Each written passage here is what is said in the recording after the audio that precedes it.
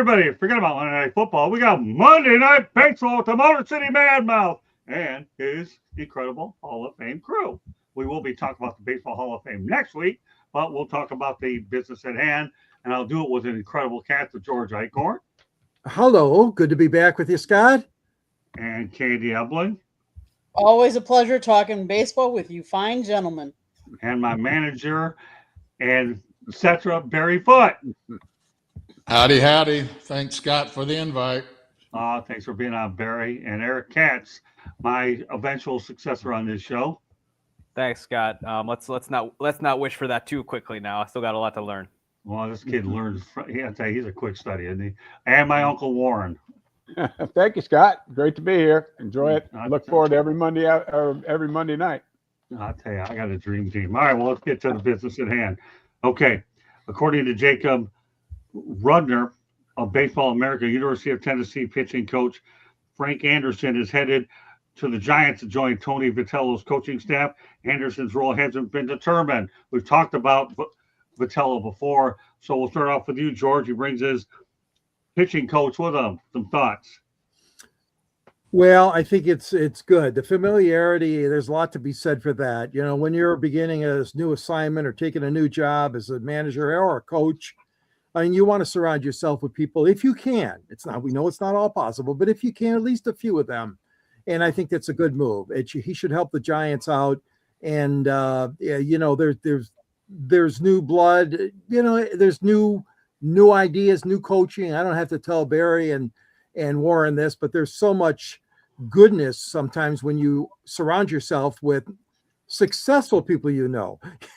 Unfortunately, you're not going to bring guys that kind of failed under your leadership, but when you surround yourself with success and people that are going to help the ball club, I'm all for it. I really am. I think you'll do well. Candy? When coaches coach like how they coach and you work well together, you're going to bring those guys with you to help have more success.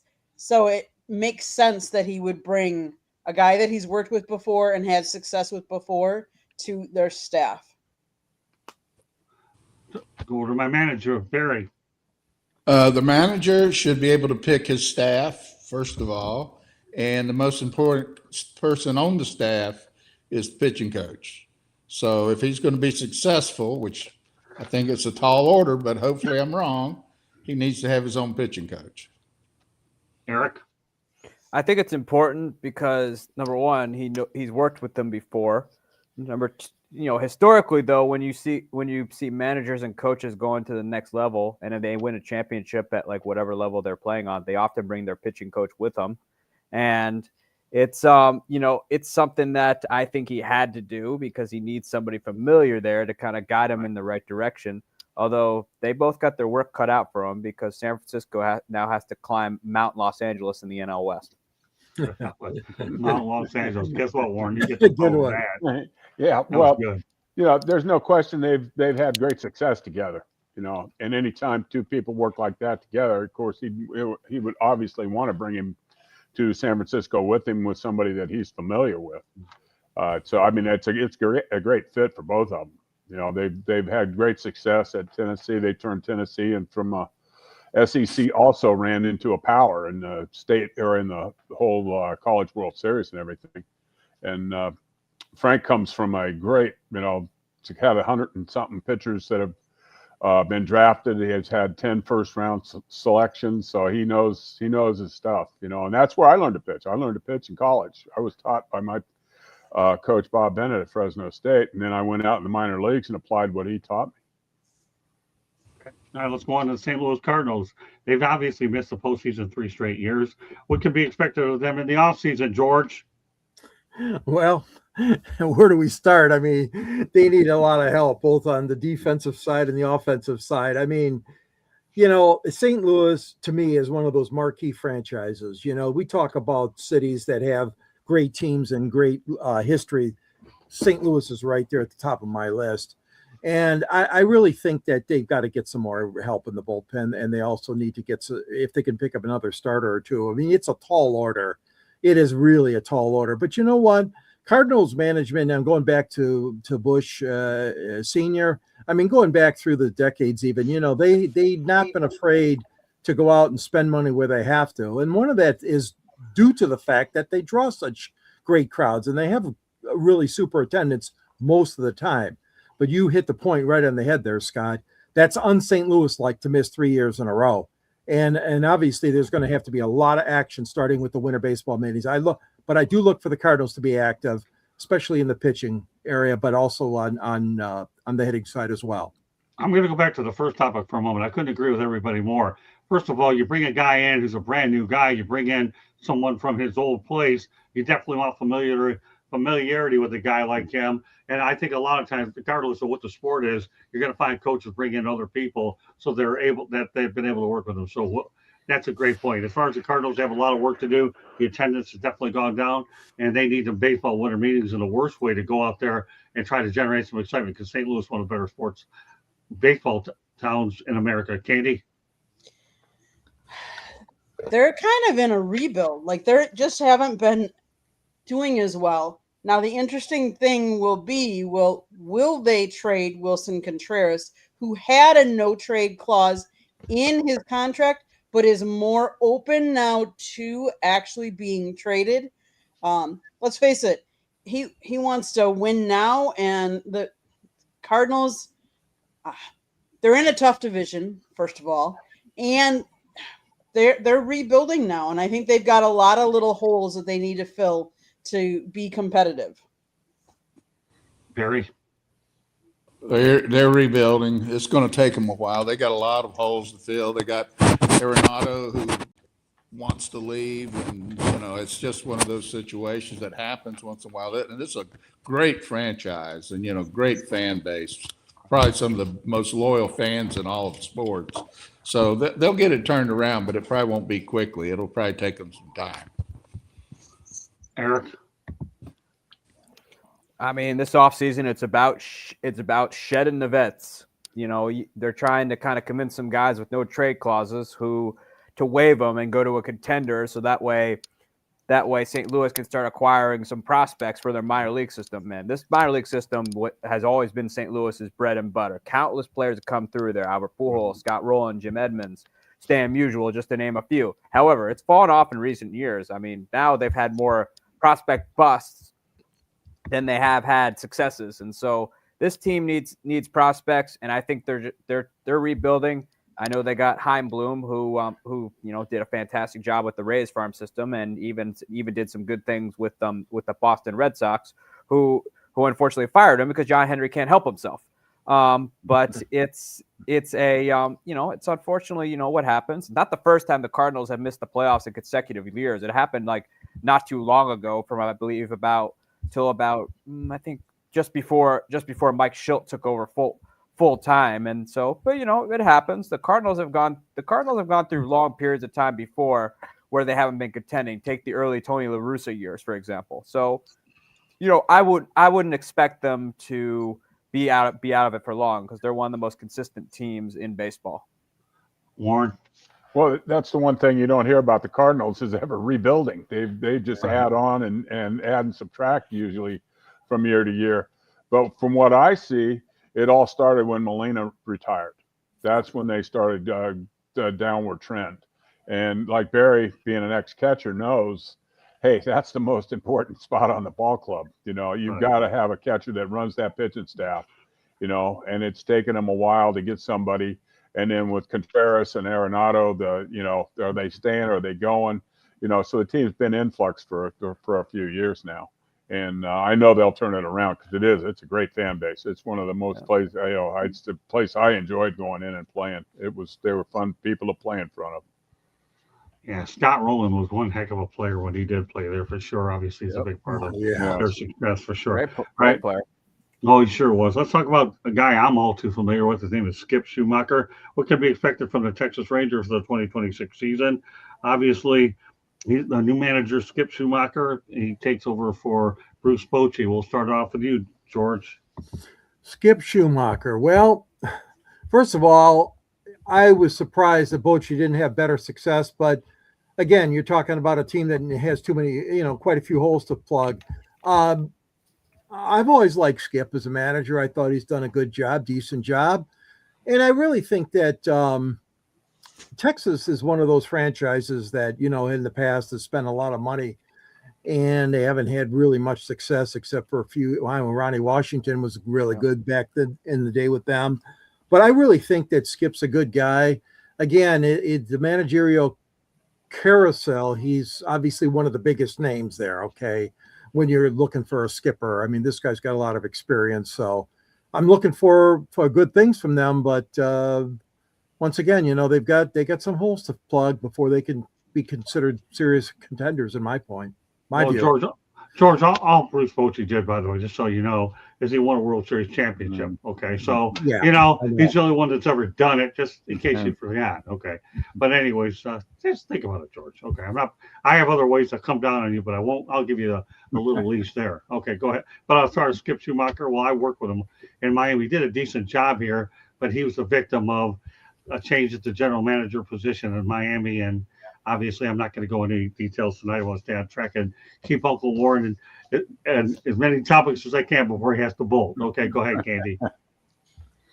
As National League Manager of the Year award winner in 2023, what Skip Schumacher did for the Marlins when the Marlins were, let's face it, they're kind of the laughing stock, I would say, of the National League.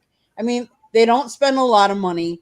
They're a hodgepodge of all kinds of, players. And what Skip did was to rally and get them. The owner doesn't give him much to work with. In Miami, he didn't. And so what he did to get them to get that National League Manager of the Year, he did a lot. So I expect great things out of him in Texas. Barry? Depends on pitching. If the pitchers can hold up, they'll be okay. I don't see them being contenders. And there's a little bit of a red flag when Bochy leaves. I think he probably was feeling that maybe they'd done all they could do with what they had to work with. And Bochy's the greatest playoff World Series manager in history. I don't even know if he's 500 career average overall wins and losses, but he's won 4 World Series, so he's a Hall of Fame manager. And for him to leave, that tells me there's something there that he didn't like. Yeah, I couldn't agree more. You're right, Barry. That guy is money in the postseason for sure. Eric? Well, with Bochy though, let's keep in mind though, especially toward the end there in San Diego, when the Padres had a very Marlins like fire sale, and ultimately the poor guy was screwed going forward. But I will say though, with Skip Schumacher, I think that I'm not expecting him to contend. This team's kind of in transition right now. They've been stuck in the middle ever since they won the World Series. And I think the nucleus has kind of run dry there. Yeah, they got Brandon Nimmo, but that was more or less a salary dump because they would rather take a decent Brandon Nimmo over what has become a declining Marcus Semien. But I think that what we're going to expect here is he's going to get more wins out of them than people think. But I don't see them contending. So the first year I think is all about just figuring out what he has. Warren? Right, I agree with that. He's coming in fresh face, and a lot of times a new manager can change things, change the way the team is run, and but like Barry said, with Bochy leaving, there's a red flag there. So obviously they're not bringing in the players that they need to contend. They're in a pretty weak division. The only team in that division that's decent right now is Seattle. Houston's fallen on hard times, in California and Oakland. I don't think either one of them know what they're doing. They're just kind of floundering, both of them. So they are in an easier division, but they don't have enough players to work with to even be a contender. They may make the playoffs, but they'd be a first round out if they did. Okay, good points. Okay. All right. Well, obviously last week we talked a little bit about umpiring, and I'll tell you what, there's a guy that wasn't too happy with it, gets thrown out of an awful lot of games. I'm referring to New York Yankees manager Aaron Boone, who said, "You effing stink." If everyone knows what he explained it means, you know what it means. Yeah. Okay. But he went off on the umpiring crew in New York's loss to the Astros during the season. The Yankees manager straight up was just shouting at umpire Brian Walsh's face as as we mentioned last week, the ABS robot system will be used on a limited basis, with each team getting 2 challenges per game. So again, we all know that Aaron Boone hasn't been shy about getting thrown out, but let's talk about the position, George, that Aaron was in. He was arguing with about an Astros call, and I know it's a way back, but I like to talk about what Aaron mentions, because here's a guy that obviously played the game of baseball and now he's managing it. So take it from there, George. Well, when you take the profanity out of it and you take the emotion out of it, I'm sure Aaron is one of the guys in baseball, I know he is, that knows a lot about balls and strikes and calls. I respect people like that have a gripe, have a concern, let's say, not necessarily a gripe in one instance or one game, but an overall concern about the quality of umpiring. And I've said this before, they have lost a lot of umpires in the last 10 or less years that have quit. They've out and out quit. Most of the veteran staff is gone. So what does that mean? That means it could mean 2 things. It could mean that they're tired of it. They're tired of BS, the umpires, but that's not the important. The important part is do they have the quality, the right young umpires that they are training and that they are advancing to the major league level? That's the question mark I have. I'm not convinced that these guys are the quality that some of the guys were in the past. That being said, then you've got to get yourself a committee. You've got to get yourself some training, and you've got to get a good leader to do that. And I think the managers can help out and in making umpires better if there's cooperation and communication. And that's something that I think is lacking in the baseball world, the major league level. They've got to have better umpires, but they've got to have the inputs. What are the things that are needed besides balls and strikes? But yes, the new system will be used, and these guys are going to have to show that they belong in the big leagues, or else get them out of there. Candy? I think sometimes what a manager does is he can go there to argue a call, partly to do it to rally your team behind you, maybe to give them a break, maybe to cool them off, but maybe to just show them support that you have the players back as well. And yes, maybe Aaron takes it to a different level. I get that. We might not always agree with the language he used and everything like that, but sometimes it's something to be said that he goes and he fights for his players as well. So question for you, Barry. How would you like to go ahead and play for a guy like Aaron Boone? You obviously know his position on balls and strikes. Also, I'm going to break this down, Barry, 2 ways. One, where your thoughts about the fact that he had that umpire and utilized the language. And 2, would you like to play for a guy like Aaron Boone? Well, both Warren and I watched Aaron Boone and Rhett Boone grow up running around the field at Veterans Stadium. And I never knew that he was going to have such a potty mouth when he was a young kid. Really? But, 3rd generation major league player. His father was an all-star. His grandfather was an all-star. So he's got the right lineage. He's under, you're under incredible pressure in New York. Right. And I'm sure that brings out a lot of the, pressure on him to try to keep the team rolling and all. But umpiring is bad. It's much worse than when Warren and I were playing, in my opinion, just watching the umpire. Yeah. And the other thing is, those umpires got a lot of power now.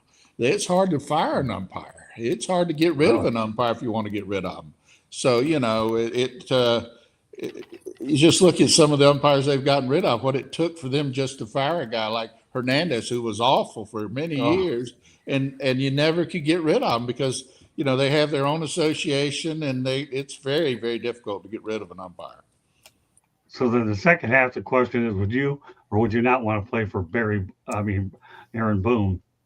Look, at the big league level, I don't mind. I don't care who I'm playing for. We played with some really dummy managers in the big leagues and won, and I played with good managers and lost. I played for Gene Mocco. I thought was like at another level as far as understanding the game from everybody else, and he never won.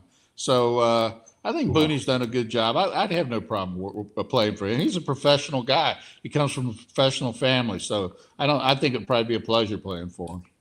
Okay, Eric. I mean, let's be honest. I think it's the only time ever is when the world agreed on something was when Angel Hernandez finally left Major League Baseball. It was probably the only time you'll ever see that in your lifetimes. But yeah, as far as umpires go, I mean, I'm happy the ABS system's in place. We've had the technology to do it. I mean, obviously nowadays though, I mean, we can kind of correct the mistakes that often happen, but but as far as like umpiring goes, it's been a problem. It's been a problem for a while. I mean, there's still a bunch of despite Angel Hernandez leaving, we still got some bad apples in there. We really do. And as far as Aaron Boone getting tossed, doesn't surprise me. He's in the top. It didn't take him long to be number 30th all time in ejections. So, he's already off to a rip roaring start in terms of trying to get up to Bobby Cox level. But as far as what Aaron Boone says at the umpires, I mean, Larry Boa once wrote a book called Bleep, so that probably explains all you need to know about him. That was good, Eric. You do come up with some great stuff. All right, I don't know, Warren. You got to follow him. Go ahead. How can I follow that? Yeah, I know. Did you happen to read the book? No, I didn't, but I'm going to look for it. Yeah, thanks. He's in, being in New York is a totally different place than just about anywhere else in baseball. He's under a huge amount of scrutiny. If he was in Minnesota, nobody would even be talking about it. But, he's from a baseball family, third generation. And he's been around the game all his life, and he knows the game, and he'd be fun to play for. Because he knows the game, he knows how to go, and basically when he gets thrown out, he's backing his players. A lot of times the players get fired up when a manager gets kicked out of the game. I mean, he gives you that just a little spike of adrenaline just to cover him. He's covering you. You got to cover him back.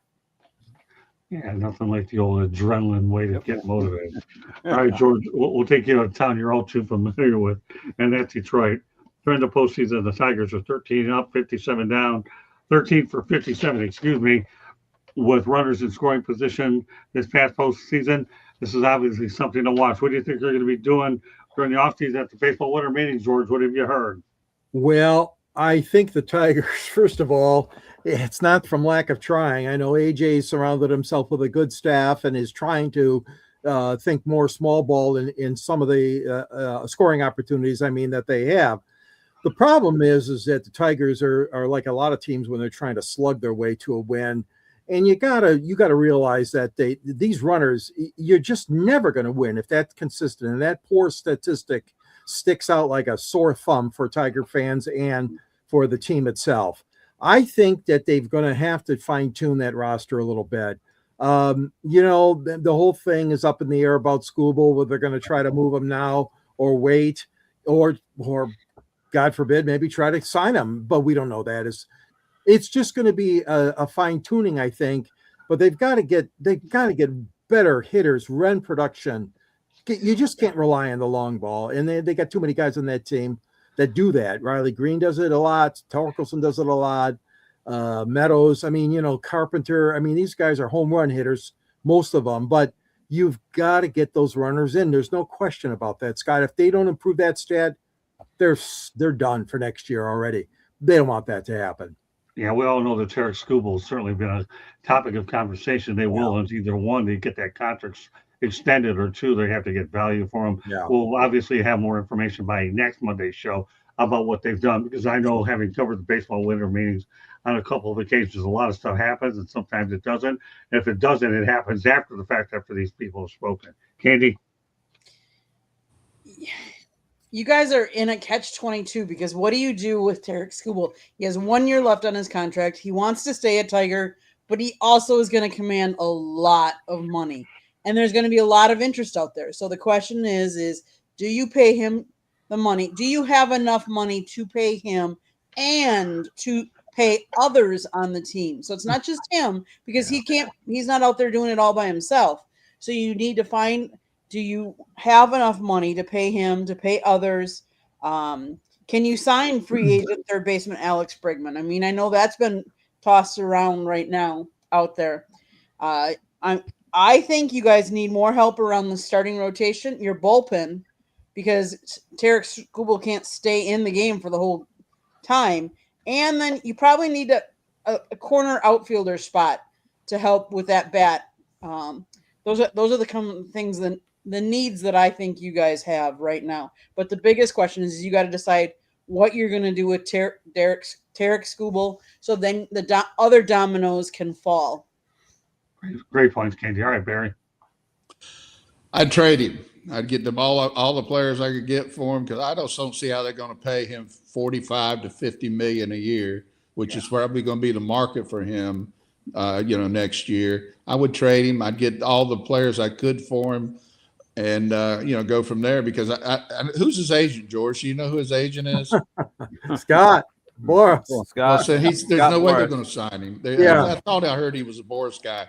He's going to become a free agent. He's going to demand $50 million a year. That's his market. Eric, good points, Barry. I mean, gosh, it's such a hard arm to give up because he's at the top of your rotation. However, what Detroit hasn't done, what Detroit has failed to do is they failed to give Batman a Robin here. And for those of a certain age, where's Burt Ward when you need him? But there's there's like you have to like trade him at this point because if you're like $250 million apart, which is what they reportedly were from what was last reported, you have to just get rid of him at that point. You could command a king's ransom for that kind of arm. Plus, he's going to be a free agent. He's a Scott Boras guy. So he's going to be a free agent. So love Boras or hate Boras, but he always takes guys to the open market. And Skubal, you can bet a lot of money that Tarek Skubal will be on the open market, and boy oh boy, it will be a piranha pool of people trying to sign him. I'll say one thing about Tarek Skubal. He wears number 29. The last Tiger left-hander that was any good was Mickey Lowell, who sported that number as well. So I'll turn over to Warren. Yeah. Both left-handed too. Yeah, left-handed, exactly. Well, and that's where it starts. It starts with Tarek Skubal. I mean, and then let the dominoes fall from there. Obviously they need some people to drive in runs. They blew a 15-game lead from the middle of August. So something went wrong. From the middle of August on to the end of the season, through the playoffs, something happened in Detroit. They started falling on hard times. They got off to a great start, had a great season, or had a great 2/3 of the season, but the last third was not good. So they've got some holes, and they've got to fill those holes if they're going to continue to contend. Excellent points. We'll stay with the Detroit Tigers. Let's talk about communication. This guy takes it to a new level. But 100 times a day is probably too much. Safe to say Scott Harrison, AJ Hinch have great communication. And bear in mind, there would be no reunion with the Houston Astros. As obviously Hinch stayed with the Tigers and got that extension 100 times a day, George. These guys stay in touch. What are your thoughts? At least to say that as they have an internal thing here going and there's no shortage of communication. Yeah, I'll say that, Scott. I mean, that's incredible. I mean, the relationship between those two guys is really solid. Obviously, that goes without saying. I don't know how many times they're ripping each other during those 100 texts a day, but I don't think it's that many times. The good part is that. Well, it is, George. My sources said it did. Want me to really seriously, I'll do it. Go ahead. Don't question my sources. I think that it's one of the better relationships between management and coaching, if you will, in baseball. But let's see if it can produce the results they need. And that's obviously, like we talked about earlier, just making this team better and not having a folding act like you talked about, Warren, during that August swoon and September swoon. Well, the reality, George, general manager / whatever he is up there, is communicating with a manager. At least they get along. All right, George, don't say nothing, okay? All right. Quit while you're ahead, okay, before you get hammered the next time. Go ahead, Andy. It's always good to have good open communication within an organization because if you don't, there's no recipe for success. So it starts with good open communication. So kudos for them for having that. And now they got to keep building on that. Barry, if you're guy up there contacted you that many times, what would happen? I hope the hell we're talking about golf or something else, because if you're talking about baseball every time, you're definitely going to have paralysis from analysis. Right. No question about that. And look, first off, I doubt that they do 100 times a day. I'd want to count on that. But yeah, it's good to have good communications. But I think you can over communicate sometimes as well. So at the end of the day, you will evaluate them all on wins and losses. Mhm. Great point. Paralysis from analysis. I like that. I have to remember that one. I guess I have to remember it because this is always on record anyway. It's paralysis from analysis. Write that down, Candy. You might need it for another show. All right, go ahead, Eric. I mean, I seriously doubt you could talk to a guy 100 times in like one day. But it's good to hear though that AJ Hinch and Scott Harris are clearly on the same page with what their vision is for this team going forward. Now I hope that vision includes finding a Robin for Tarek Skubal as well as some better bats in that lineup, because you can't just survive with 200 strikeout pluses from Riley Green, as well as Kerry Carpenter seemingly getting injured every other game. Right. So that vision. So I think it needs some tweaks. I think it's good to hear that they're on the right page. But this team needs some more, man, if they want to even think about getting back to the World Series and bringing a title back to Motown. I'll have to ask Harris about that, how often he communicates with AJ Hinch. I am planning to go to Lakeland at some point. I'll see if I can track him down. All right, Warren, what do you think if somebody contacted you that much? Well, yeah, that'd drive you crazy unless they are, like Barry said, talking golf or something, bowling or something else. Yeah, but I mean, AJ Hinch has been successful everywhere he's gone, so he knows what he's doing. And more power to Scott to get the players for that AJ needs to put out on the field. So they're headed in the right direction, And again, Skubal is the big piece that they have, the big chip that they have to put on the table. And if they can get talent for him, they'll be better off as an organization, as a team in the long run. Because this isn't a short term. It's not a short term deal. I mean, they're looking, 3 to 5 years down the road. They've got a lot of young talent. That's true. Mm-hmm. Okay, let's continue on. Well, let's talk about Nolan Arenado.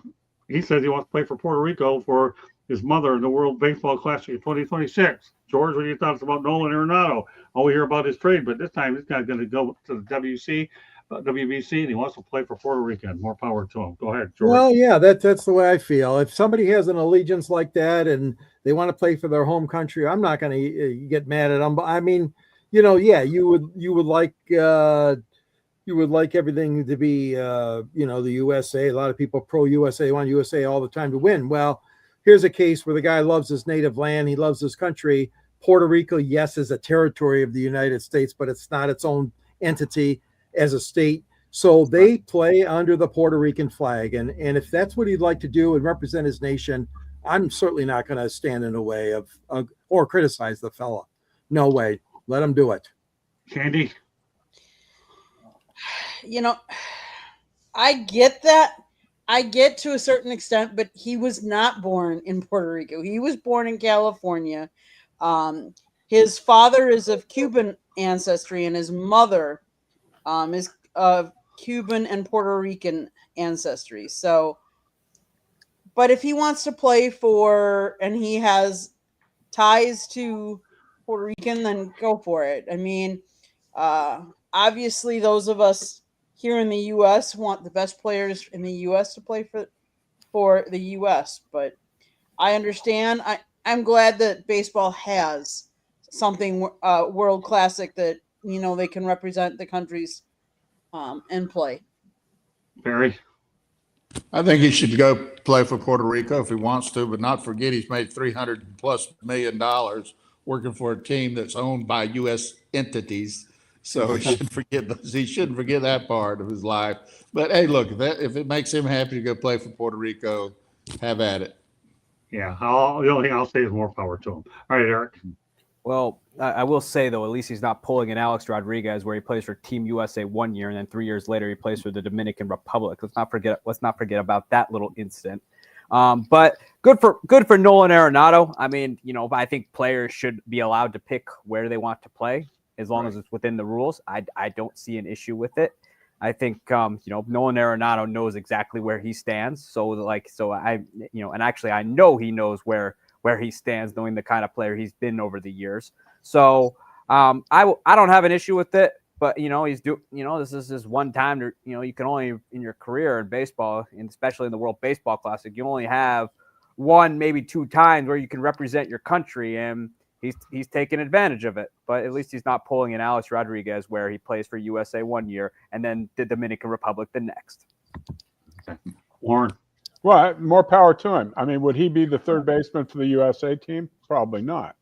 And going down and playing for Puerto Rico or playing for the Puerto Rican team makes WBC just that much more competitive. So they've got a major league player at third base. So that's the way I looked at it. I want to see the best players playing in the WBC, best each team can find. Okay, we talked about the Colorado Rockies. Guess what? We're going to talk about them again. Obviously, they had the worst run differential ever. The Rockies locked up the distinction of the worst team run differential in modern day baseball history with a staggering minus 424 on the season.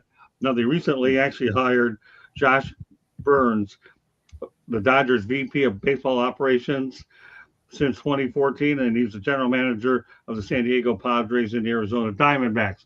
George, what are your thoughts about those particular additions for Colorado? Let's talk about the run differential first, and then we'll talk about hiring. It's a two-part question, George. Yeah, that run differential, that's embarrassing. I mean, that's totally ridiculous. I mean, you look at their stats this year, and they were down among the worst, obviously. I think they scored 597. They didn't even score 600 runs the whole year. I think it was 597. That's the Rockies. And, besides the hitting department, of course, there's problems with the pitching staff as well. But yeah, you've got to close that gap on run differential. You're never going to win in baseball if you have such an outstanding and negative balance like that.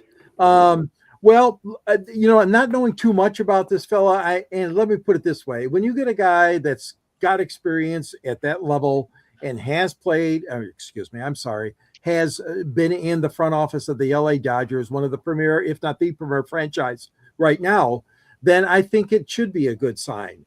I mean, it's like Detroit went after Scott Harris, but I mean, when you talk about the Dodgers, I mean, you're talking about some blue blood there. You're talking about a great, history, past, farm system, all of it, major league level. So I'm hoping that maybe he can do some things, but it's going to take a long time. This Rockies franchise is got to turn around sooner or later. Well, I'll go back to what Barry said. I love what he said about the Colorado Rockies got mules and horses. Barry, there's some things you just mentioned and some things that just stand out. When you talk about mules and horses, and that's the one thing that stood out to me about last week's episode. So, Josh Burns, you need to bring in some horses because God only knows you got a lot of mules. All right, I'll leave it from there. And then, Barry, you're welcome to follow up on your one-liner after Candy's done. Go ahead. It surprises me that Colorado had such a run differential, considering they're the ones that are used to playing in Colorado with the altitude and everything like that. But, hey, when you're bad, you're bad. And they can only go up from there. So hiring anybody that can help them to get better is to their benefit. Okay, Barry, want to bring up the mules, the horses? What do you think of the Josh Burns hire? I'd say they got problems and they got a lot of holes to fill, and they need a lot of good sinker ballers like Warren Brewstar on the mound there to keep the ball in the ballpark. Yeah. And I'd say they got a tough road to hoe going forward. Yeah, that run differential is pretty bad, isn't it? Without a doubt. Okay, Eric. Well, I think they made a good choice in hiring him. I mean, he's been in the front offices of both the Boston Red Sox and the Los Angeles Dodgers, to which I hate to admit it, but at that point in time, the Dodgers had the Red Sox had one of the better front offices in baseball. I believe that was under the Theo Epstein regime. Right. But he's been a GM before. I mean, he was the general manager in San Diego, best known for trading away Anthony Rizzo. But in Arizona, He oversaw the drafting of guys like Paul Goldschmidt, Max Scherzer, AJ Pollock, who was good for a period of time, and also Adam Eaton, another guy who was really good for a nice period of time. You know, he's been here before. I think Colorado's a great spot for anybody who's getting a GM job, because that job allows you to be creative. It allows you to figure out things. I mean, Dick Monfort, to his credit, though, has the patience and will let you do your thing. But again, it's a mess there, and they're probably, I'd probably argue that they were worse than the 121 loss Chicago White Sox, as they were really that bad. And they just, I think now that they're at the bottom of the barrel, I think now it's nowhere to go but up, and I think that they have the right guys there to make stuff happen. However, that organization needs to modernize analytics, the whole cabal. Otherwise, they're going to be what they always are, which is the same old sorry Rockies. All right, Warren, follow that. Yeah. Well, they are. They're in deep trouble right now. And Josh Burns is a good hire. He's got a good track record. So he's proven he knows what he's doing, and so he's a good man to do that job. It's because they got to turn around. They're horrendous. They're just they got a lot of work ahead of them. So he's a good man to have. It's good. You start at the top. So they're starting by hiring somebody that can help turn that organization around. Okay. All right. I'll tell you what. I talked about it last week. We're going to mention it now. Uncle Warren's got about 10 minutes. I'll make sure he gets a piece of this action. But expected to retire Anthony Rendon, and the Angels are in talks to actually buy out the final year of his contract, with the expectation that he will retire. He had a 7-year contract worth $245 million. He spent the entire 2025 season recovering from hip surgery and is owed about $38 million in 2026. Arguably one of the worst free agent signings ever. So, Uncle Warren, I'll let you start off. What are your thoughts about Anthony Rendon and how it's worked out in Southern California? It hasn't been too good for him. Well, he was a great player when he was healthy, but he couldn't stay on the field when he was with California. And it's one of the worst signings ever.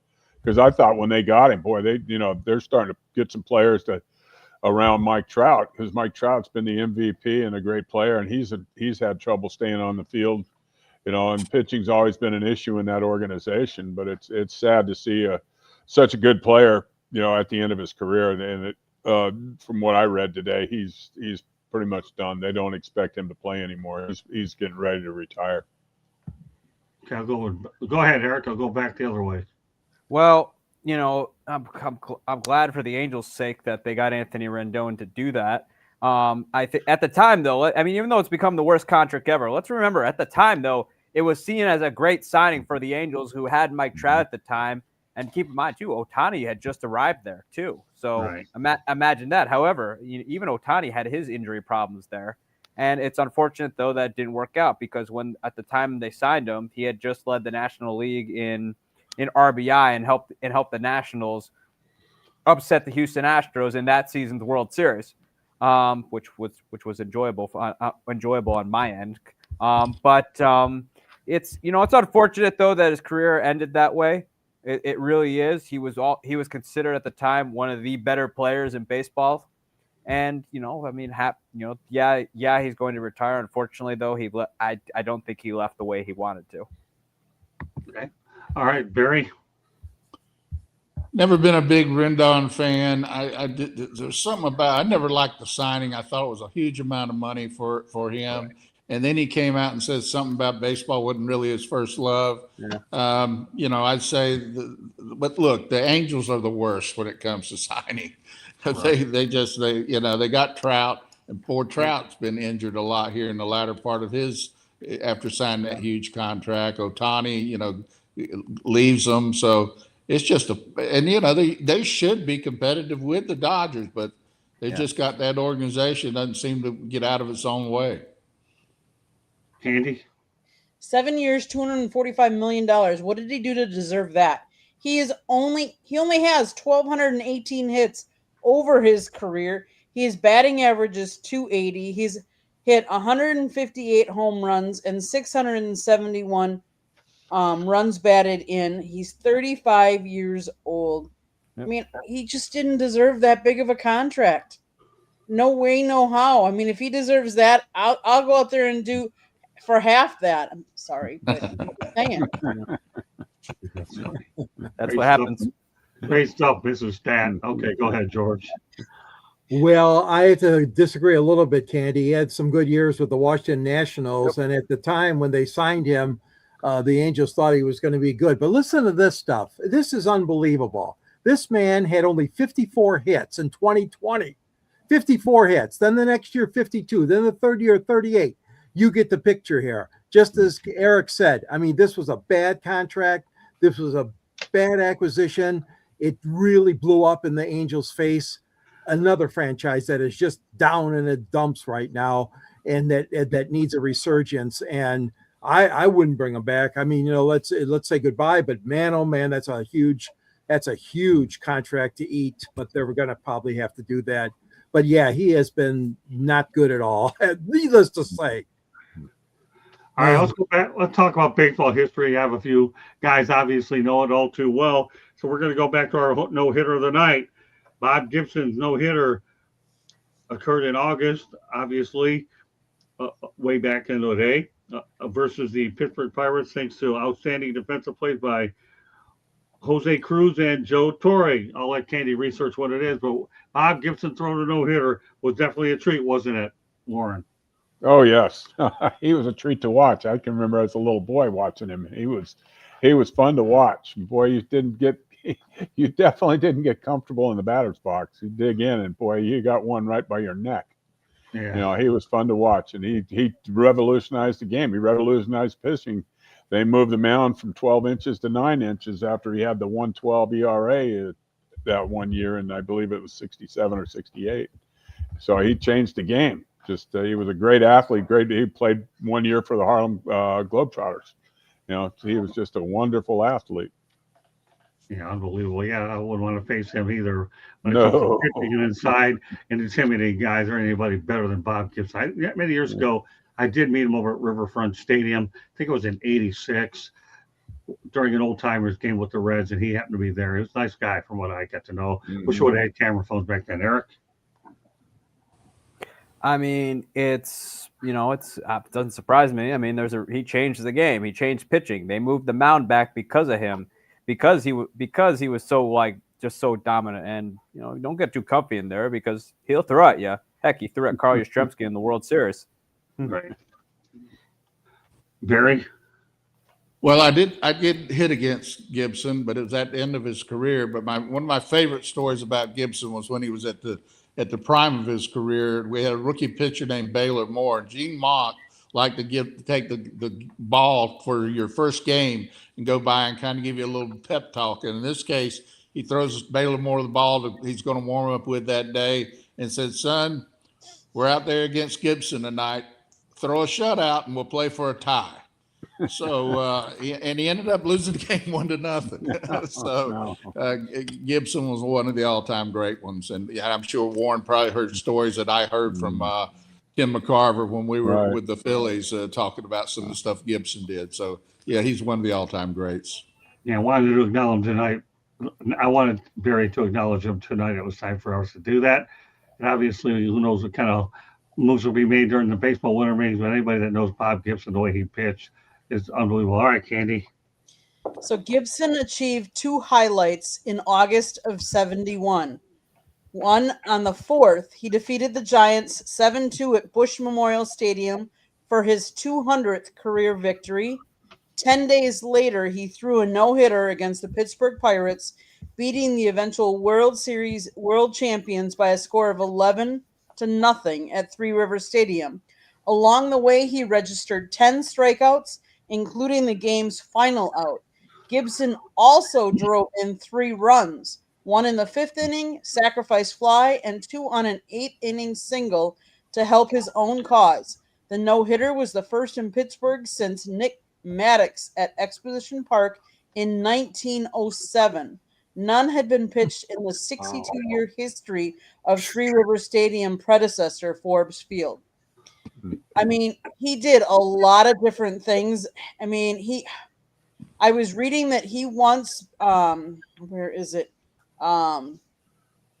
Gibson faced Pittsburgh Pirates on July 15th when Roberto Clemente hit a line drive off Gibson's right leg.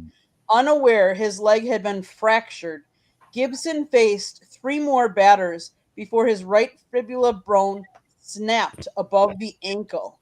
Oh. Can you imagine? Like that just goes to tell you how tough he really was. And to change the game like he did, great pitcher. Yeah, I was actually at Three Rivers Stadium many years ago when the Lions took on the Pittsburgh Steelers. Pretty cool place. It was one of those cookie cutter ballparks. All right, go ahead, George. Yeah, this was the 13th big league season for Gibson, and this is one of the achievements that had eluded him. And, he racked up, like you guys talked about, World Series, MVP awards, Cy Young awards, All-Star games, you name it, that unbelievable season in 68, shattering that ERA mark, 1.12, 13 shutouts that year. But he just could not get that no-hitter. So I know, even though he was pitching rather average for him, obviously, goes without saying, 10-10, when he met the Pirates on that day, August 14th, 1971. So he closed the deal, man. He closed the deal. One of the last things that he had to do as a big league pitcher is achieve that at age 35. So it was a great night, Scott. I mean, I was too young to be involved with any remembrance of that occasion, but I'm glad you brought it up because he was one of the best. Like you said, Eric, he changed the face. He changed the pitching model. All right, Warren, I got one more topic. Actually, I got 2. Right. I'm gonna hit you with both of them, and then everybody else will comment on them. First of all, let's go back in baseball history. On November 23rd, 1962, Maury Wills does win the NL MVP award, stealing 104 stolen bases to break the season record by Ty Cobb. What are your thoughts about Maury Wills? Oh, he was great. I loved watching him. I was a big Giants fan, still have been to this day. And the Dodgers and Giants were the big rivals, and he was fun to watch. They, when they came to play at Candlestick, they used to water the baselines down. They'd make it a big mud puddle so he couldn't run.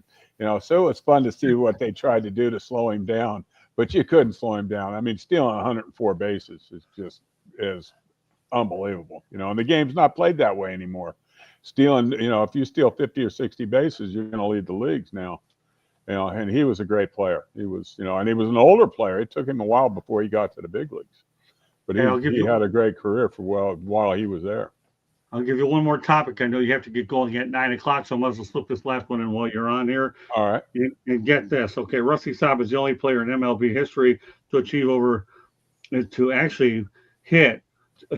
500 hits with 4 different clubs: the Astros, the Mets, Tigers, and the Expos. Some thoughts about Rusty Staub? Oh, he's a great hitter. I got to face him a few times. He was fun to face. He was a good hitter, and he hit a lot of home runs. He was great ambassador for the game. Everybody loved him wherever he played. He had a great career. Great individual. Okay, well, great stuff for you answering. So you know what? I know you got to get going in about 3 minutes. So the last minute and a half, you can go ahead and let everybody know how they get a hold of you. Okay, I can be reached at Brewster, BRUSSTAR 40 at gmail.com. And thank you very much. I'll see you all next week. Yeah, we look forward to having Warren Brewster on Monday Night Baseball, everybody, here on the South Florida Tribune Media Network. Enjoy your time with your son. Enjoy your family here, enjoy their time with you. So see you next Monday night. Have a great weekend, Uncle Warren. God bless, buddy. Good night, everybody. Good night. So what we're going to do now is, before we go to our station break, we'll go ahead back to Bob Gibson. Eric, what are your thoughts about Bob Gibson? Well, we'll go with Gibson and Staub, and then we'll go ahead and go to the station break. Oh, I already shared my thoughts on Gibson. Oh, did you? Okay, no problem. Barry? Well, yeah, we talked about Gibson, but going to Staub, I played with Staub in Montreal. I just came up, and so I was around him more than played with him because I was still a young player. But he was a great hitter. I mean, his big thing as a hitter is he lived on the cripple pitches. He wanted to get that pitcher in that 2-0 count and things like 3-1. But he was a great hitter, no question. He was the Le Grand Orange in Montreal when I was there. And he was a very good pitcher and a good chef. So that makes 2 good things in his life. Yeah, that's great. He was very loved in Montreal. Oh, All no right, question. We'll go around the horn. Okay, I had a senior moment there. Okay, the one I have to mention is Maury Wills. We'll go around the horn, Candy, with Rusty. Stop. Go ahead. Oh, hold on. Go to George first. All right, go ahead, George. Well, the Tigers enjoyed the time he spent here. He was an outstanding designated hitter for the Detroit Tigers, and that is an amazing stat, Scott. You said over 500 hits with these teams. Yeah. You don't normally hear that, and the reason why is because when you got a guy that's that good a hitter, he doesn't typically move around to that many different teams, especially in those days. So that is an amazing stat, with the 500 plus. But yeah, I mean, Detroit loved them too, but you're right, guys. I mean, Montreal is the one that really fell in love with him, and he really got the great vibes going. But he was welcome in Tiger Town as well. A great guy. Well, think about it. Made the Detroit Tigers. Was a representative of 1976 All-Star team, which had Mark Fidrich on there. So yeah, he certainly did well with his time. All right, Candy. So he actually is just 284 hits shy of the 3,000 plateau. He was an original member of the Montreal Expos and the team's first star, although he only played 518 of his 2,951 games as an Expo. His enduring popularity led them to retire his number in 1993, while the Mets inducted him into their team Hall of Fame in 86. Great stuff. Yeah, New York Mets, Rusty Staub, wherever he went, he was a winner. Okay. Well, with that said, let's backtrack over to Maury Wills. All right, George, obviously he went out there and clipped Ty Cobb's record, so let's go to Maury. Yeah, boy, incredible athlete. Just a great guy for the game of baseball. I mean, I remember watching him when we had the Saturday game of the week. The only, basically back then, the television days, the only time you could ever see guys, especially in the National League, were on these games of the week. And yeah, he was incredible. I mean, I always liked him. He was he just had so much run. His speed was incredible. It is kind of odd that, that he beat Cobb's record, but hey, he deserved it. My God. He could run like anybody, and was a great spark plug for those teams he played on. Candy? He was the National League Most Valuable Player in 1962, stealing a record 104 bases to break the old modern era mark of 96 set for Ty Cobb. What I find very interesting is in his career, he had 2,134 hits, 20 home runs. He had 458 runs batted in, but he stole 586 bases. So 130 more stolen bases than runs batted in. I find that wow, incredible. All right, Barry. Well, he was a great player for the way the Dodgers played baseball. They won with pitching and defense, and they were small ball baseball. We actually brought him in with the White Sox, I believe it was, to work with our base runners. Good guy, great guy for the game, and he certainly changed the game. Now we're going away from stealing bases in this era, but during his era, he was a perfect combination for the Dodgers at that time. Eric? I mean, Maury Willis, he was like one of the better base stealers of that point in time, to the point where the Giants, like Warren said earlier, they would literally take water and soak the base paths. Heck, they probably not only would it make mud, but I'm sure with the amount of wind that blew off the bay at Candlestick Park, it probably froze the ground to the point where Wills they were trying to get him to fall over as he's trying to run. But a great base stealer. Played. He was one of those guys. He was at the time your prototypical leadoff hitter, and you didn't want him on base because he'd make stuff happen. Okay, time for a station break. Candy, go ahead. South Florida Tribune Publishing Company published a book, Lessons from the Microphone, Tuning into the Enduring Wisdom of Visionary Leaders. It is written by our host, Scott, the Motor City Madmouth Morganroth. Talks about his 40-plus years in the media industry and how it has evolved. If there's anybody on your gift list that you think is going to try to get into the media business, whether it be writing or broadcasting, This book is for them for the holiday season. It's a great gift. It's available on Amazon, Barnes & Noble, Kindle, Google, and Apple Books. Or if you just want to have a bunch of good stories, Scott's a good storyteller, and there's some good stories in there, including how he told off one of his college professors and showed her up. Got to get the book to find out, read the story. George Eichhorn also wrote the foreword. He's a panelist tonight. Awesome job, gentlemen. There's also a link on our website that goes to the book, www.southfloridatribune.com, where we have a plethora of other great content. So go check it out, including articles written by Scott, including articles written by George, and including none other than Mr. Eric Katz, who is writing about a team near and dear to my heart. So go check out our website as well. If you'd like to listen to broadcasts or podcasts, you can find us wherever you get your podcast. If you want to advertise or sponsor a show or be a guest on one of our shows, email us at southfloridatribune@gmail.com.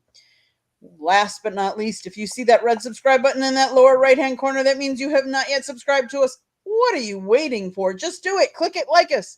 Share us with all your friends and family. We're trying to get to 1 million views by the end of the year. Help us get there. We're getting closer. But then turn on your notifications so you're notified every time we go live. Back to you, Scott.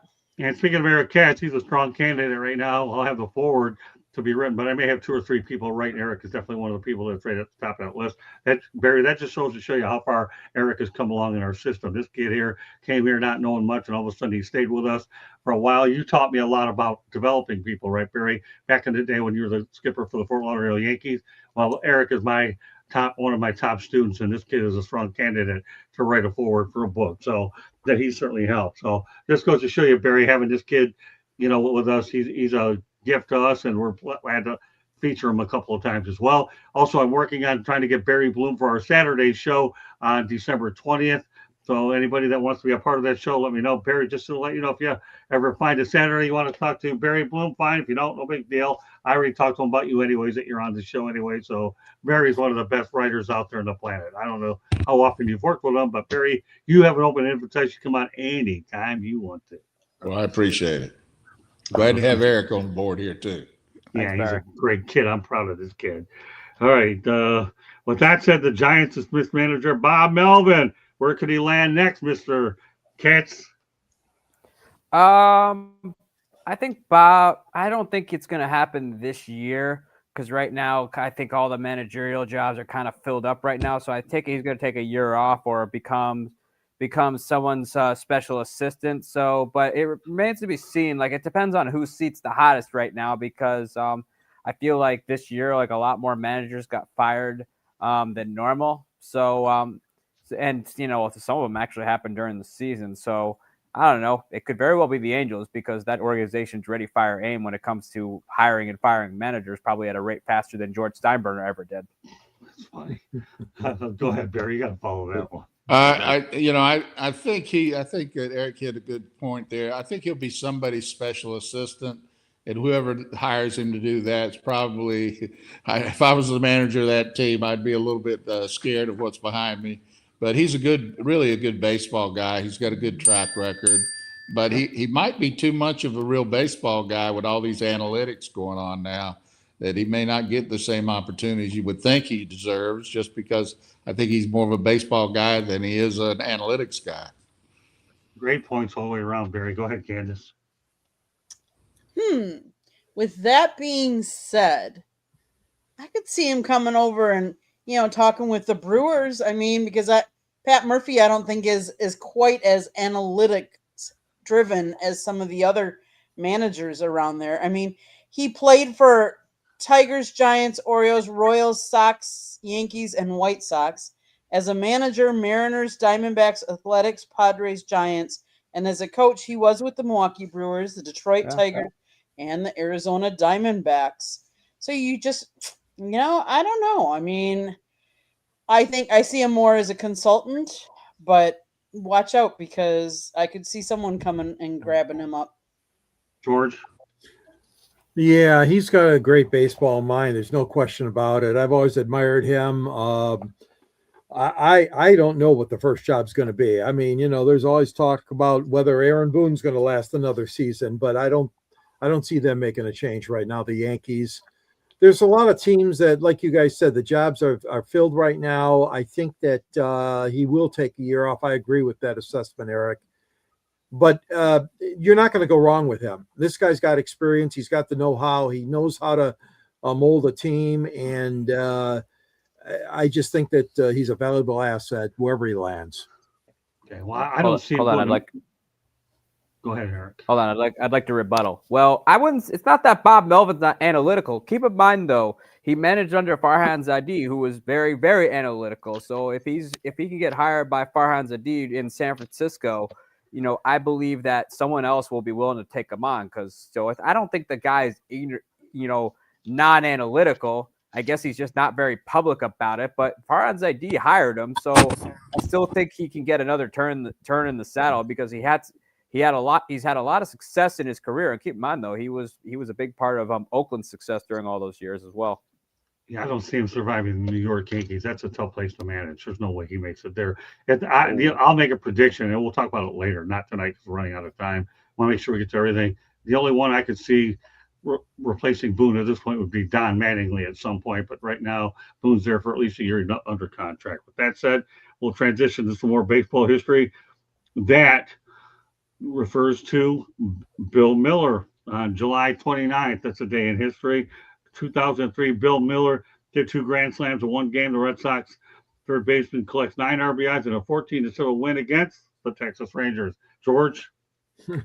Well, talk about a slam of a game. Oh my God, 2 in one game. Incredible. I mean, I can't remember much else about his career other than that, but I think that 9 RBIs and 2 grand slams, Scott, says it all, man. That's an amazing feat, and one for good. Like you said, this day in history, I love it because you're bringing up things that we probably forgot about, most of us. But there's a lot to be said for a slugger like that, man. That's great. That's a great achievement. I like coming up with these off the wall stats because the whole idea behind our show is we try to give you insights about current events and maybe add a little bit of history to it. And how often is Bill Mueller going to get talked about? Not much. Yeah. Right. But he's no relation to the mules that exist out on other teams that aren't very good. But Bill Miller, when you're able to go out there and hit 2 grand slams in a game, that's a pretty good accomplishment in its own right. Candy?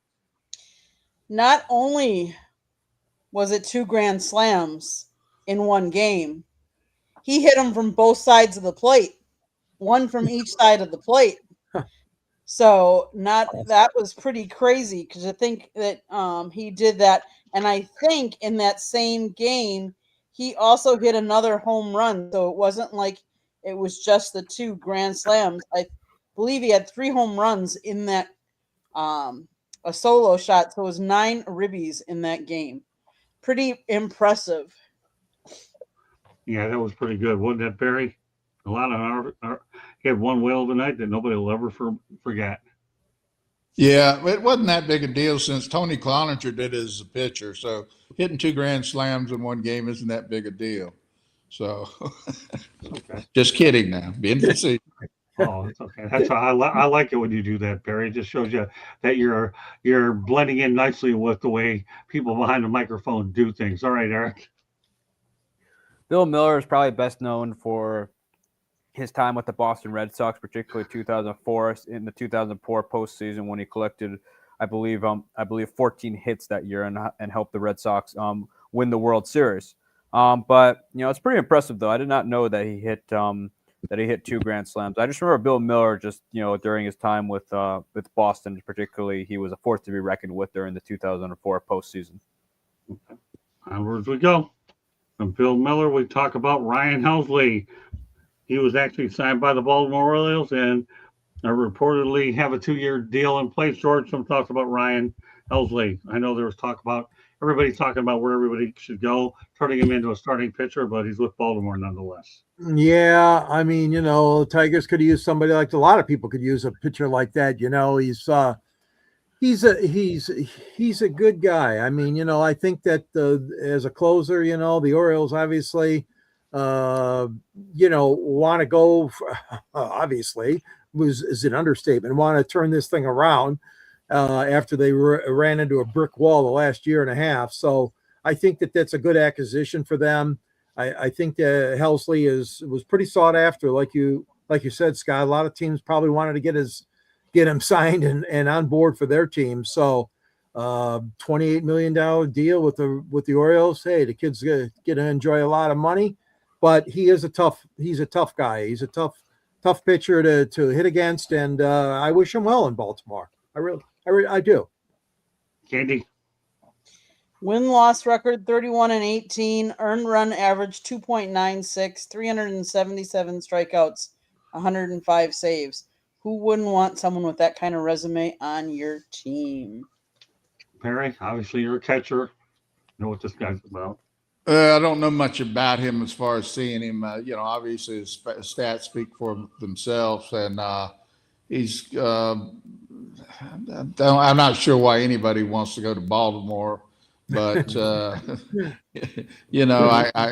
guess that's a good place to land, especially somebody who could most likely get with a real contender. I mean, Baltimore is a borderline. I mean, if their young players come back and play like they can and have in the past, they may be a contender again. But it's a mighty tough division they're in.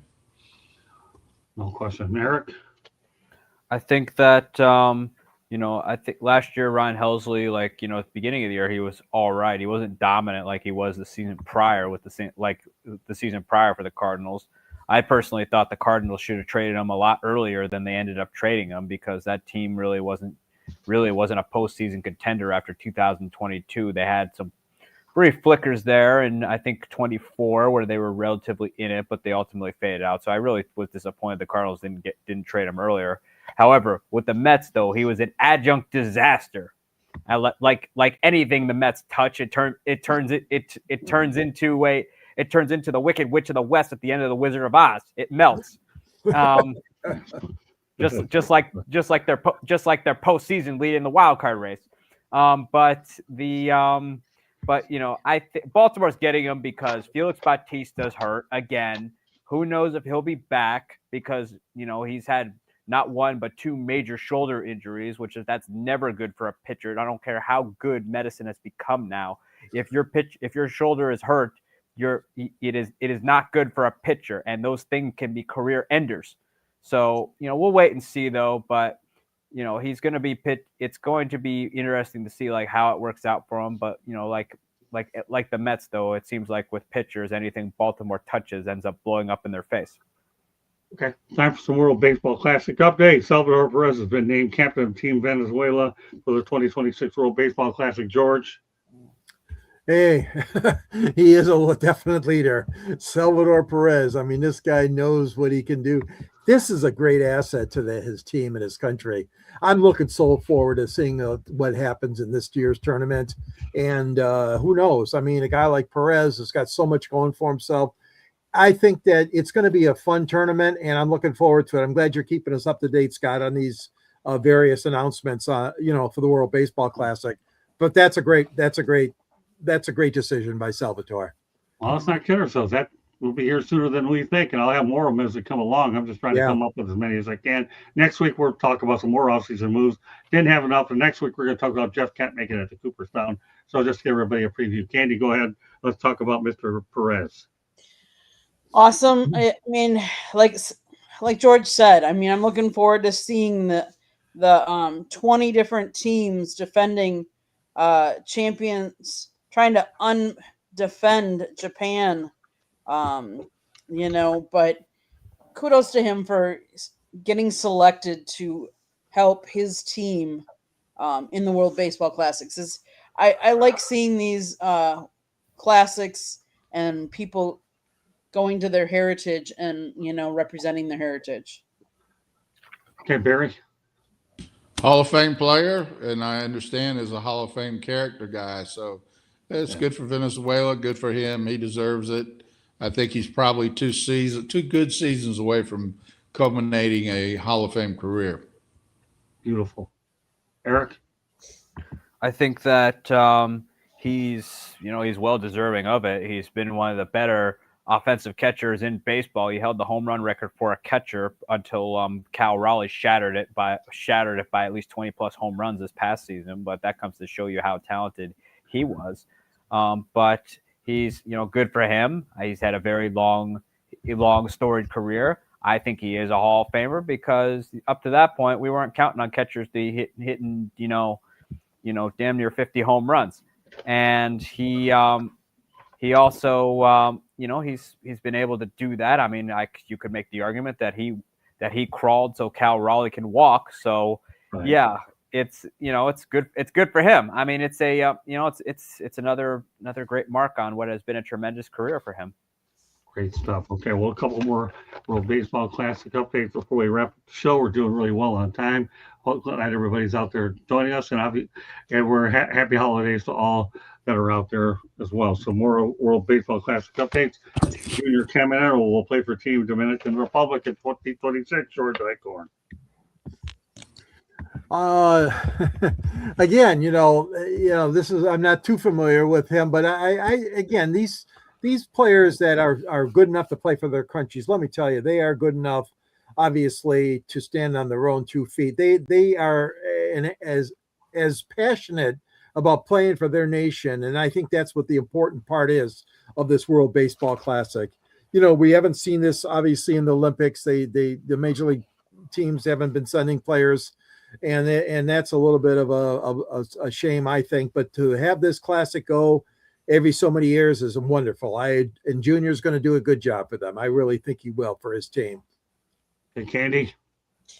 I'm going to say the same thing again. I mean, I'm looking forward to seeing these players play out and see what they can do on the field with a different group of people. We're used to seeing them with their respective teams, but now to see how they mesh with and play with teams from their same heritage, I'm excited to see it happen. Barry. Well, I think the Ohtani Trout at bat at the end of the series 2 years ago was really the beginning of making this a real something that it looks like the players are actually taking it seriously on the U.S. side. And obviously the Latino players, they always take baseball seriously. Right. But I think I'm happy to see that the Americans understand that it's important to try to win in this series. Okay. Eric? Well, it's gotten a lot better in recent years, I think. I used to not really like it though, because besides the fact that before winning it, Team USA used to lay an egg regularly in the tournament. But it's great now. I mean, you're getting the best on the field. I mean, it's Junior Caminero. I mean, he had a breakout year last year by a blasting 45 home runs and knocking in 110. I mean, talk about announcing your presence with authority, to quote Bull Durham. It's terrific for him. I think we're going to be in for a competitive tournament. I think this year the rosters are deeper than ever, and I'm looking forward to a fun WBC. Okay, last World Baseball Classic update of the night. For that matter, last topic of the night. Geraldo Perdomo of the Diamondbacks will play in the 2026 WBC for the Dominican Republic. George. Well, the Junior. Another guy that's up and coming. Geraldo Perdomo, George. Yes, I couldn't remember the name. Senior moment, my man.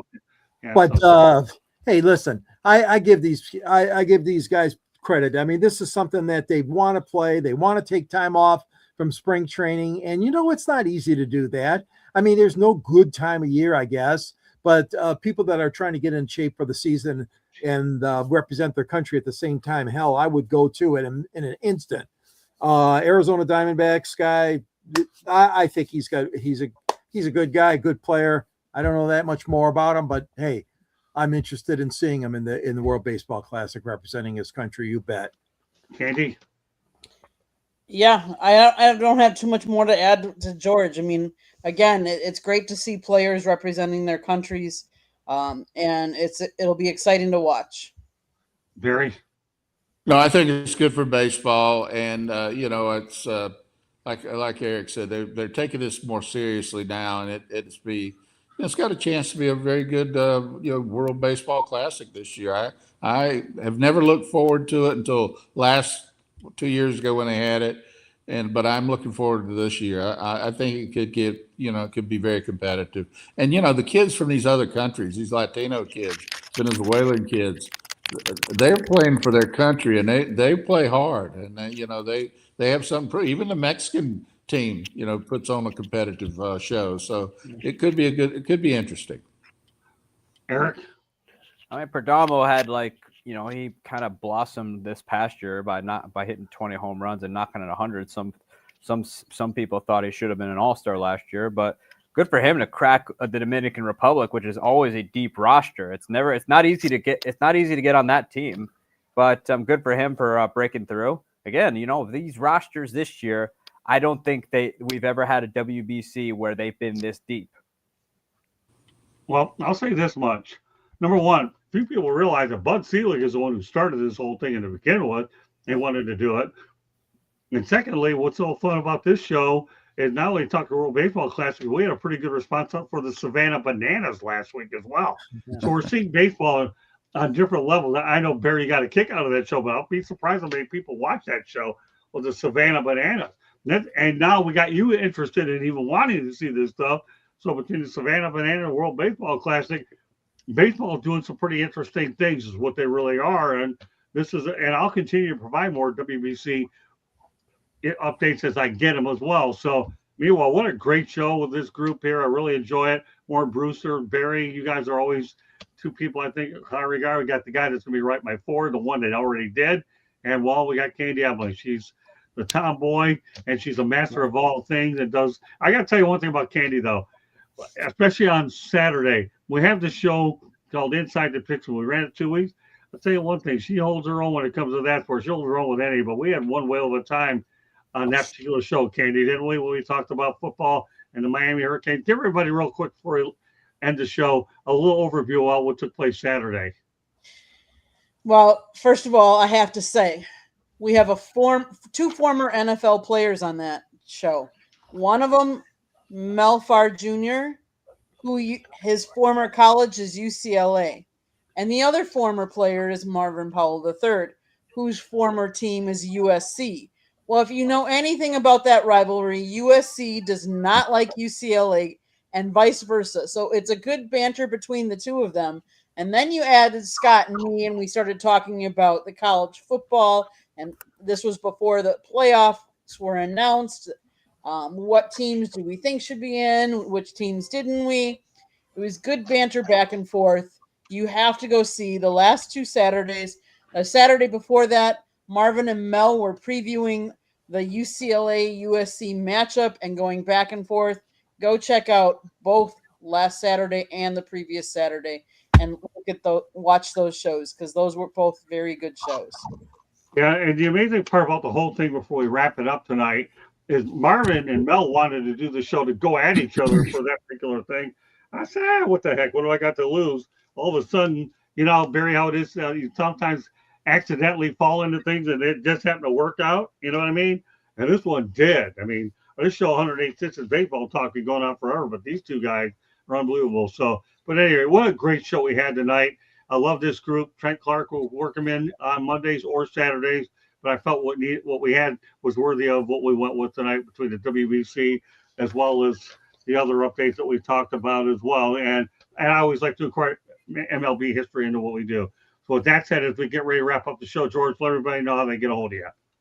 Yeah, you can follow me on the pages of the South Florida Tribune under the contributors section. I also wrote a book on Detroit sports broadcasting called Detroit Sports Broadcasters on the Air. And thank you for putting the picture of it, Candy. That's the cover of it. And there's a link at the end of my columns. If you wish to order a copy, you can do that real quickly. And you can reach me at gicorn@yahoo.com or on X, Twitter at SanGSports99. Great being part of it tonight. Great. And we'll have one more Monday night show for the rest of the year. That's next week. And then we'll pick it up the first week of January. So Barry will have one more next week. And then give everybody a chance to take a breath, enjoy their families over the holidays as well. Barry, you're family to me anyways. That's all there is to it. I'll just be bothering you with text. I'll be bothering you with text messages anyways. You know darn well I always do anyways. You're always nice enough to answer. So go ahead, Barry. Let Look everybody forward know to they it. you're the best, Barry. I'm telling you. I will get up to North Carolina, my brother and my partner, and I look at him as one of my big co-hosts here because wherever I go, Barry's always been a nice to come along with me, and now I've dragged him into this, right, Barry? So it is There what you it is. go. I like being dragged. Yeah. Hey, listen, I started the show with Tony Vitelli dragging his pitching coach over, and what do you think happens in our network? I drag it Barry wherever I go. Barry follow. He's willing to come with me, right, brother? There you go. That's what it is. All right. With that said, Barry, let everybody know they get a hold of you. They can get me see me right here on Monday nights. I'll be back with you, Scott, at whenever you call. You're the best, Barry. I'm telling you, you are. Hey, do you know much about WPIX and all those stations out in New York? Well, I know a little bit about them. Yeah. That's all right. We'll throw a little bit of New York talk once in a while, but here and there we'll see. But meanwhile, Barry, I just have to make sure that the guy doesn't have to read my doctor writing. I'll have to just take on that thing called typing generalities. That's okay. I'll live with that. I'm working on that for next week, Barry. I won't have to Okay. wait for the first of the year to do that. I'll just do it. At least you were nice enough to I'll be. believe it when I see it, there, Scott. Well, guess what, Barry? Next week is December the 15th, right? You'll see it next week. Fair All enough? right. All right. I believe it. But when you do, you have to give me at least a thumbs up on the return I'll text. definitely give you a thumbs up. I'll even be able to read it, so that'll be good. Beautiful. Oh, I'll tell you, that's a beautiful thing. I get 2 for the price of 1. All right, Barry. Now you put me on a challenge. I'm going to do it next week. I'll just type generalities and then you just take it from there. I'll throw the pitch and you just catch it. Fair enough? All right. All right, Canty, let everybody know they get a hold of you. You could follow me on my Twitter, which is at Sports Team News, and you can check out my blog at bellyupsports.com, where I'm covering the Milwaukee Brewers as well as some of my work on these days on at SouthFloridaTribune.com. And if you think I don't like your team outside of Milwaukee Brewers, I probably don't. Okay, Katie, take us the rest of the way. Also, let everybody know what I'll be doing in addition to what we're doing as well. You can give everybody a little mini heads up. All right, go ahead and start with what we do and then the add on. South Florida Tribune Publishing Company published this book that Scott wrote, Lessons from the Microphone, Tuning into the Enduring Wisdom of Visionary Leaders. He wrote it. It talks about his 40 plus years in the media business and how it has evolved. There's a picture of him with a young Muhammad Ali, a picture with him and a young Tommy Lasorda, if you can picture that. And if you can't, go buy the book so you can see the picture. If you know anybody that wants to get into the media business, it's a great gift idea for the holidays. It's available on Amazon, Barnes & Noble, Kindle, Google, and Apple Books. There's also a link on our website, www.southfloridatribune.com, where there is a plethora of great content. So go check it out. If you like to listen to podcasts, you can find us wherever you get your podcasts. If you want to advertise, or if you want to sponsor a show, or if you want to be a guest on a show, all you got to do is email us at southfloridatribune@gmail.com. If you see the red subscribe button in the lower right-hand corner, that means you have not yet subscribed to us. Please do so. Click it, like us, share us, and then tell all your friends and family. And turn on your notifications so you're notified any and every time we go live. We have a plethora of great content. Monday nights we talk baseball. Tuesday nights we talk football. Wednesday nights on Sports Exchange. Honestly, you never know what Scott's got up his bag of tricks, so you have to tune in to find out, because we've talked about just about everything. And when I mean everything, everything but the kitchen sink. On Thursday nights, Sports Wrap is Scott's hockey show, where he has a former GM. So tune in and find out what they're talking about in the hockey world. And then Thursday nights, if you want to relax and come to, as Scott affectionately calls it, my country club, come to fire up and watch us on Thursday nights. And then Saturday mornings, lately we've been doing a Inside the Pigskin show. So if you want a little more football, and sometimes we do baseball too. Oh. So check out. That's why you got to turn the notifications on, so you're notified every time we go live, so you can come on and listen and find out what we're talking about. We would love to have you. And we're going to just say hello to Mr. Gypsy there. The one last thing I do want to tell everybody, Scott has joined the group at Roundtable Sports. He is an executive producer on the broadcast side. He will be covering specifically a couple of teams, the Jacksonville Jaguars, the Brooklyn Nets, the Sacramento Kings, and they're working on a couple more at this time. So tune in, wait for more updates. But he does a weekly podcast and he does daily little clips that get in stories. And if you haven't heard of Roundtable Sports, it was a bunch of Sports Illustrated writers that got together that formed Roundtable Sports. So tune in to watch those episodes on Roundtable. JagsRoundtable.com or KingsRoundtable.com or NetsRoundtable.com, depending on which team you're more interested in. And the guy that actually offered me the job was a guy that I work with the Miami Hurricanes as well. He says, "You're my first call," and it turned out to be the last. All right, Eric, I'm going to let you answer this question really quick before we go. Yankees to San Diego for Tatis Jr. What's your opinion on that? Not really. I'd feel comfortable with the outfield they have right now. Okay. Fair enough. Okay. Very good. With that said, that does it for this edition of 108 Stitches Baseball Talk. On behalf of Warren Brewster, looking forward to having Ben back next week. George Eichhorn, Candy Ebling, Eric Katz, and last but not least, Barry Foote, my partner in crime wherever I go. I want to thank you very much for joining us on this episode. We will see you next Monday night. God bless it. And everybody on this crew, have yourself a great week. And except for George Eichhorn, I get to hammer him on Wednesday night. Okay, so he has 48 hours to recover. It wasn't too bad tonight, though, George. No, it wasn't. It wasn't. But don't worry, he'll get it. He'll dose on Wednesday night. And Candy, well, she's on every show anyway, so matter. But meanwhile, hey, Barry, God love you. I look forward to seeing you next Monday night. And I'll be. Thank you, Scott. I promise you, I will go ahead and text you that stuff as long as I get the thumbs up. I'm happy with that. I'm real easy. So all right. do it.